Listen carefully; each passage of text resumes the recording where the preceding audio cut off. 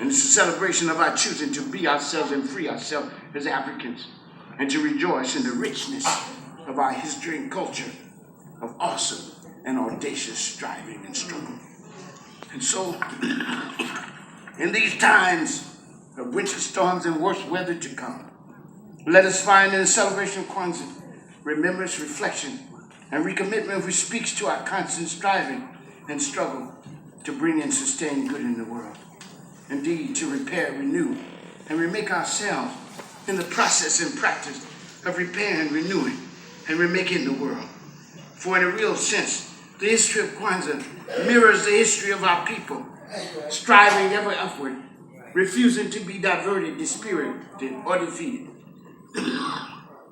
And we have reached a crossroads where we need to draw upon all our inner strength, keep the faith, hold the line, and not yield an inch or iota to evil or injustice anywhere. Let us hold fast into our African value system Nguzo Saba. That has won the hearts and minds of millions throughout the world African community on every continent in the world.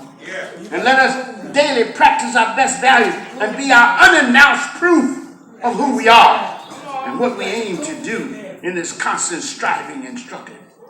In Nguzo Saba, the 7 principles begin with the principle of umoja, unity. Say it with me. Umoja. Umoja. Unity. Unity. It begins with that principle because without unity, you can't start anything. Neither a family nor a friendship. Neither a brotherhood nor a sisterhood. Not a school or a church. Not a community activist group. Or just a companionship. To need unity, right? Yeah. We come into being and best express our humanity and develop our humanity in relationship. Because in relationship, we learn responsibility. We learn responsibility. We come into being in relationship. That's how we know ourselves. Every title you have is a relationship. If you say I'm husband, that's a relationship and also a responsibility. If you say I'm a brother, that's a relationship and also a responsibility. If you say you're a wife or a sister, that's what? A relationship and a responsibility.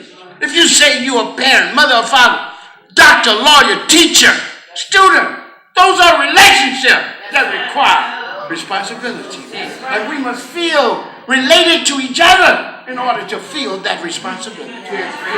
Umoja is the first principle, and it has at least 3 basic aspects to it.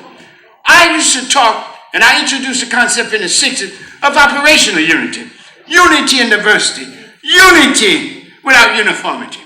But I want to tell you about unity in practice in our relationships right here. First, there is relatedness. Second, there's togetherness. And third, there's at oneness. So first, we come into being in relationship. Second, we find ourselves together with people. And we have to make a choice. Sometimes we're in a group, but not of the group. We're in a family, but not for the family. We've got to be in it, with it, and for it. If we do that, we move from relatedness and togetherness to at oneness. That's the highest form. That's a spiritual expression. You got to be deep with that. People talk about it with parents with their children, right? But also, it can be a friendship where you know that the other person, what the other people think and feel, and you feel at one with them in a special way. Certainly our love relationship, our intimacies. I always like to use this when people can see this right away. At one moment in your togetherness, where you really feel at one, there's no up, no down, no round, even you don't exist. There's nothing but the beauty of the whole.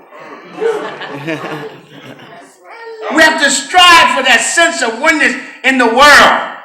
In African culture, especially like using the language Swahili, we're not only human beings, Watu, we're also Walimwengu. We're not just human beings, we're world beings. Imagine that, thinking that you should be at one with the world. If you're at one with the world, if you have a relationship with the world, guess what? You have a responsibility with the world. So what do you think about the environment? Or do you think about the environment? Should the corporations just stick their stick up in it and claim it? Should they plunder, pollute, and deplete the world and we sit silent? Or should we resist the wreckage of the world, the plundering of the world, the pollution of the world, the depletion of the world, and the damage and death it would cause all living things and the planet itself? That's what I'm talking about. Making the principles practice. So in this principle of emotion, in our onenessness, in our sense of relatedness, although others may teach hate, hostility, alienation, and animosity,